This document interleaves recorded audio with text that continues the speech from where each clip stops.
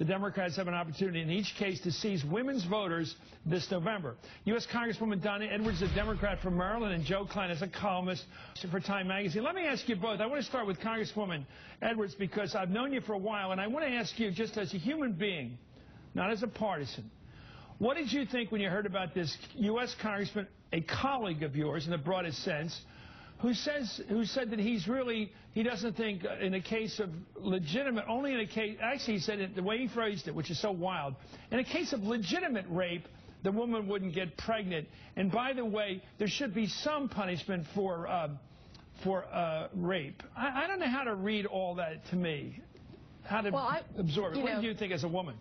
Chris, I said before that this doesn't bear any relation to either biology or humanity, and I really mean that because when you think of what a woman experiences in rape and the horror of that, the idea that you're going to separate some kinds of rape from other kinds of rape as though you have good victims and bad victims really just takes us back to, a really different time in our history. And I think as women, we've thought that we've gotten way beyond that, where we have systems, whether those are law enforcement systems and in our communities that actually treat us as whole human beings when it comes to rape and to the horror and tragedy of it. And so as a woman, it actually hurts me because I thought we were long past this debate, but clearly we're not. What's interesting is the weird intellectual linkage, Joe Klein, between this guy's views of being fair enough, he's very pro-life, fine.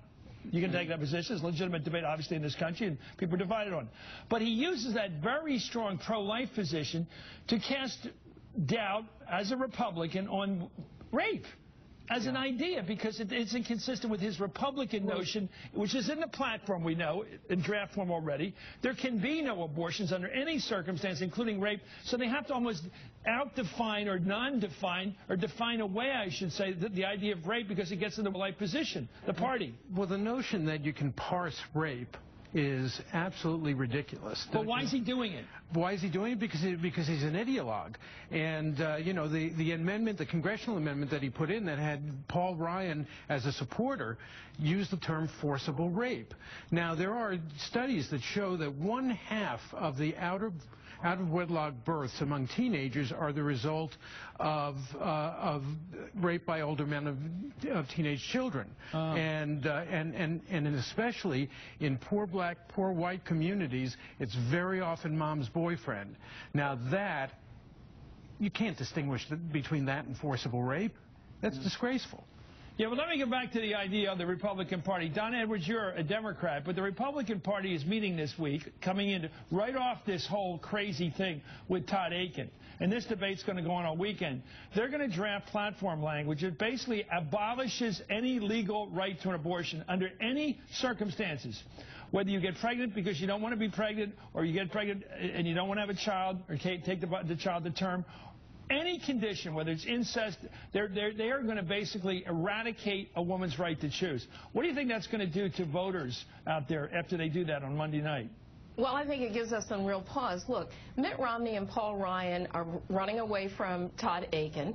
They're running away from Paul Ryan's legislative agenda, which he's been very clear about and was in lockstep with Todd Akin. And now they're going to try to run away from the Republican Party platform.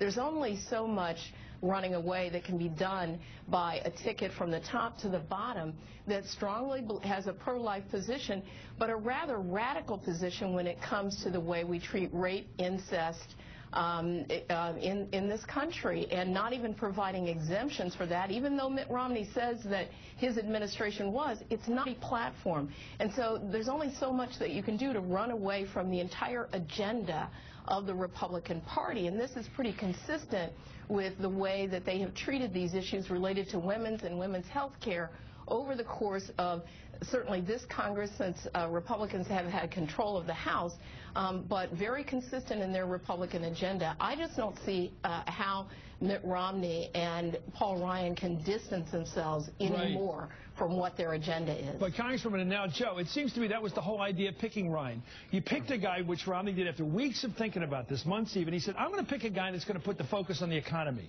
and the need to cut the debt. And I'm going to take a guy who's true blue on that subject, right?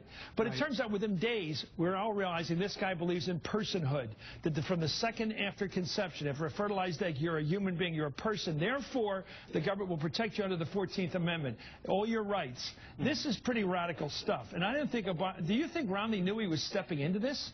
Well, I think that there's a larger issue here. I don't think Romney was fully aware of all the aspects of Paul Ryan, but the larger issue here is how does a guy like Todd Akin get to win a primary in a state like Missouri?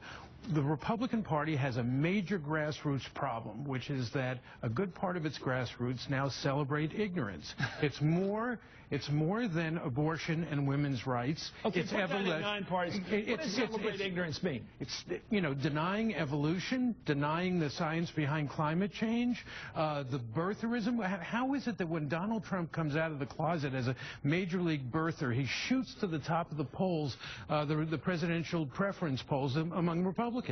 I mean, there is an awful lot of celebration of ignorance going on in that party right now. It's really sad for me because there was a point 20 years ago when I thought the Republicans were coming up with some of the best policy ideas. With no attack on anybody, but our politics is getting more Middle Eastern, where any rumor, any weird theory becomes the thing you fight over. There's no such thing as checking it with Google even. Check the facts. Nobody checks anything anymore. Crazy thinking. Thank you, U.S. Congresswoman Donna Edwards of Maryland. Thank you, Joe Klein of Time. Thank you. Up next, with all the attention on Todd